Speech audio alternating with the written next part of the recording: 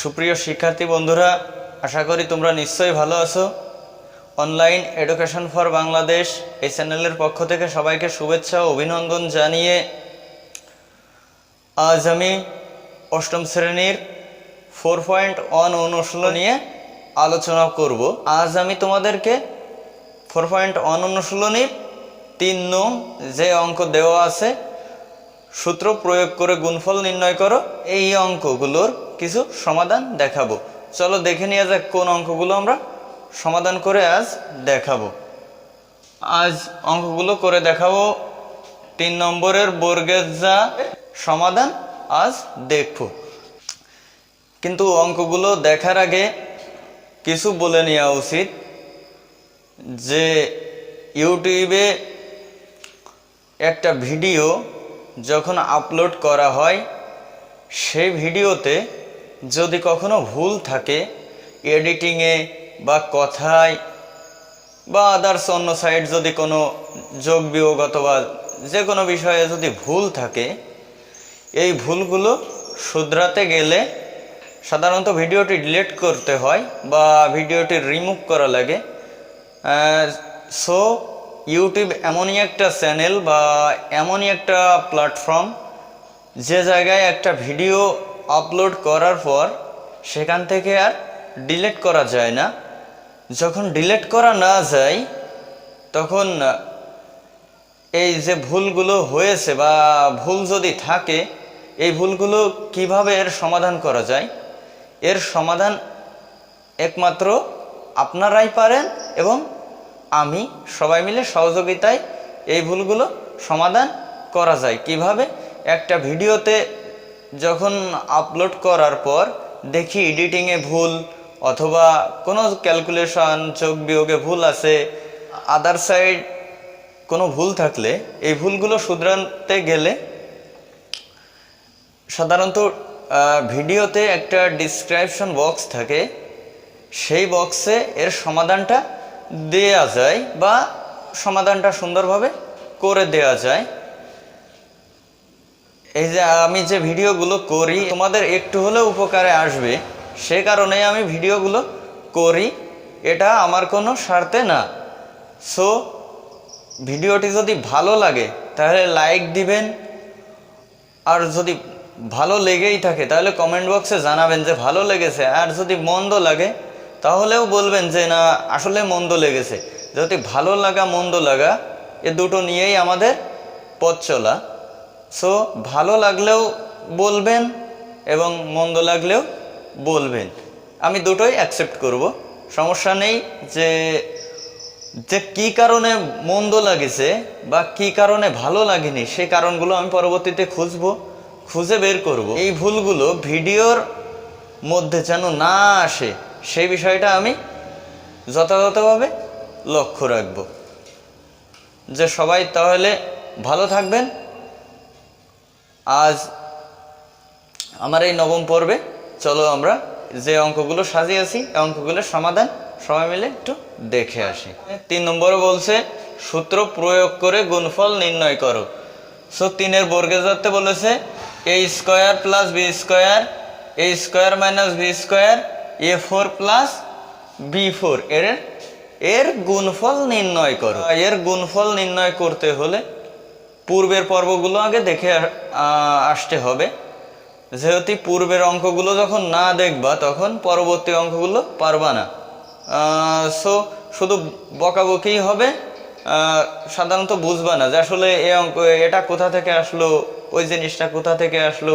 সে কারণে অঙ্ক বুঝতে হলে প্রথম পর্ব থেকে অঙ্কগুলো পর্যায়ক্রমে দেখে আসতে হবে। নবম পর্ব যদি কেউ দেখে থাকো তখন এই পর্বটা বাদ দিয়ে আগে প্রথম পর্বে যাও। প্রথম পর্ব দেখে প্রথম পর্ব, দ্বিতীয় পর্ব, তৃতীয় পর্ব এগুলো পর্ব ভিত্তিক দেওয়া আছে, এগুলো পরপর দেখে আসো। দেখে তারপরে তাই নবম পর্বটা দেখো। চলো এবার নবম পর্বে যে অঙ্কগুলো সাজিয়েছি সেই অঙ্কগুলো এখন দেখে নেওয়া যাক, যে গুণফল কিভাবে নির্ণয় করা যায় খুব সহজে। বর্গের নম্বরে যে সমাধান বা যে প্রশ্নটা দেওয়া আছে সেই প্রশ্নটা আগে তুলে নিছি। তুলে নেওয়ার ফলে আমরা কি করছি, যে আমরা একটা এই গুণফল নির্ণয়ের একটা সূত্র জানি যে এ স্কোয়ার মাইনাস বি স্কোয়ারের সূত্র আছে কি এ plus B into A minus B, A plus B into A minus B.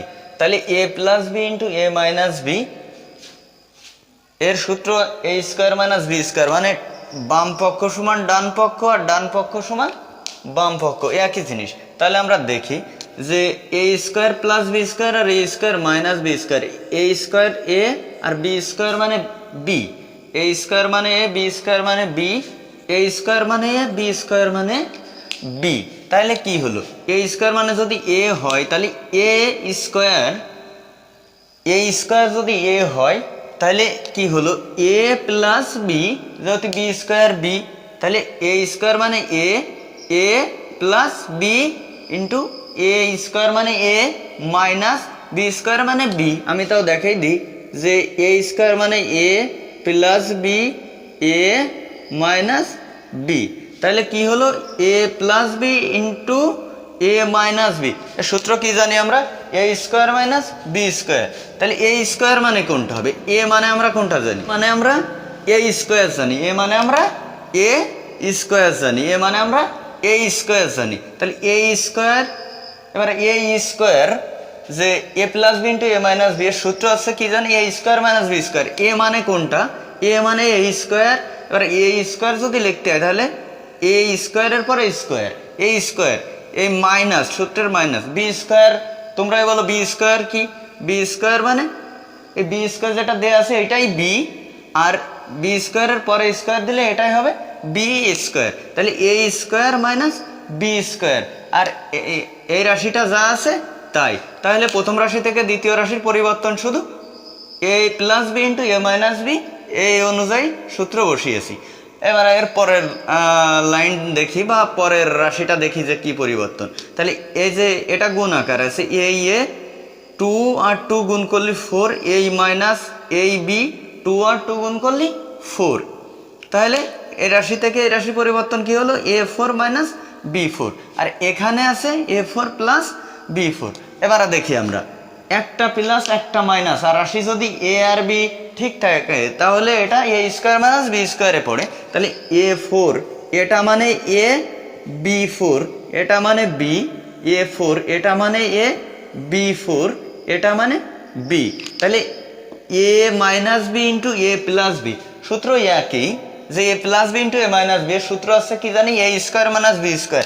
এবার তোমরাই বলো এ কোনটা, এ মানে a4 এর স্কোয়ার, এ স্কোয়ার সূত্রের মাইনাস বি কোনটা b4 এরপর এ স্কোয়ার বি স্কোয়ার। তাহলে A square minus B square, এই যে পেয়ে গেছি A square minus B square into A plus B, A minus B into A plus B একই জিনিস। উপরের রাশি থেকে এই রাশির পরিবর্তন শুধু এ minus B into A plus B এর সূত্র ছিল কি এ স্কোয়ার মাইনাস বি স্কোয়ার। এবার একে ক্যালকুলেশন করি, এ 4 2 বার গুণ করলে 8 মাইনাস এই বি 4 2 বার গুণ করলে 8। এটা আসছে মূলত অ্যান্সার। আমাদের অনায়াসে অ্যান্সারটা চলে এসেছে। তোমরা অবশ্যই এই অঙ্কটা বুঝতে পেরেছো। যে অঙ্কগুলো দেখালাম তোমাদেরকে অবশ্যই অঙ্কগুলো অনেক সহজ অঙ্ক, যদি একটু মন দিয়ে দেখে থাকো, খাতায় না করে মাথায় অঙ্ক করার চেষ্টা করতে হবে। যেহেতু খাতায় অঙ্ক করলে খাতায় খুঁজে নিয়ে বেড়ানো লাগবে, কিন্তু মাথায় থাকলে কখনো খাতা খোঁজা লাগবে না। সো অঙ্কগুলো খাতায় না করে আমরা মাথায় নেওয়ার চেষ্টা করব। সবাই ভালো থাকবেন। আজকের মতো বাই বাই। আগামী পর্বে নতুন কোনো অঙ্ক নিয়ে আবার হাজির হব। সে পর্যন্ত সবাই ভালো থাকবেন।